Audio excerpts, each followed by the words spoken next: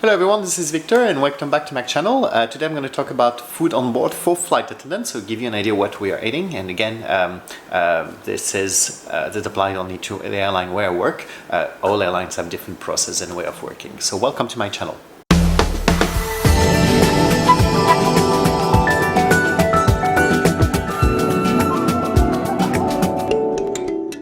And before I start to talk about food, feel free to subscribe if you haven't subscribed yet, or if you have any subject you would like me to cover, feel free, just put comments in the box below and I'll be happy to talk about it in the next few weeks. So what are we eating? We have two options where I work. There's either where we have to do a long haul flight and we'll be gone for a few days, or if we have a short haul flight, which is usually a return within the same day. We come back home in the evening.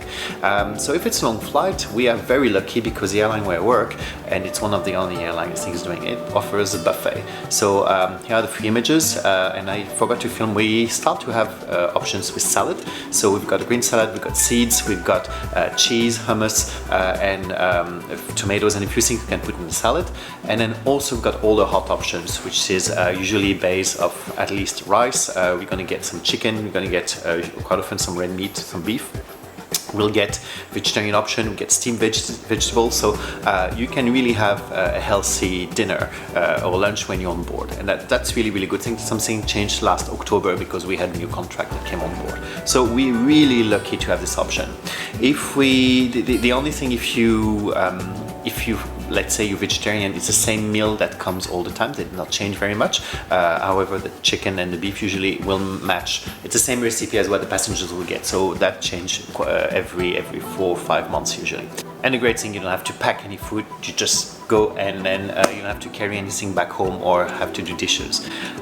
If we are doing a short haul flight, then the food is not provided. So you can either bring your own food, and usually when I cook at home I try to make 3 meals. So I've got one for tonight, for example, I can get one for tomorrow, and then if I fly the day after, I have my lunch I can take on board with me. Quite often I'll try to stick to salad and stuff I don't need to reheat. I had a very good prawn salad, prawn and pasta salad that one of my friends had on YouTube, but it's a French channel. But if you speak French, feel free to click on the link below and see what Eve has recommended on her channel Top Yummy. On the other hand, you can also have the passenger leftover. So passenger will, we have a few more meals than the number of passengers purchase a meal, and then usually we can have whatever's left over. So it's quite hard because there's always food around us. So it's very easy to gain weight when you're flying. But if you're very careful, then that becomes a good experience. When we do long flights and when we're on port, this is where it becomes challenging because you rely on what's available where you are. So let's say you are calculating how many calories, or you're counting points with Weight Watchers, this kind of stuff. Usually you have fantastic apps who can tell you exactly entering what you're eating, and it'll tell you how many points you're using. But when you're in Japan, it's different kind of food and usually it's not registered. So there's always a healthy option. It's not always the cheapest, but we have to deal with that. I know many US Canadian airlines don't provide food to flight attendants. That's why they have to carry and pack food for the next 3 or 4 days of the trip. So that's a lot of food to carry with you. It's not always the easiest thing to do, but we are really lucky.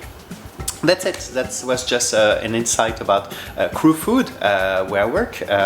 Next week, well, I'm going on Friday to Shanghai, and I've got a few nights there, so I'm going to try to visit Disney. So I might do a quick vlog about Disney in China.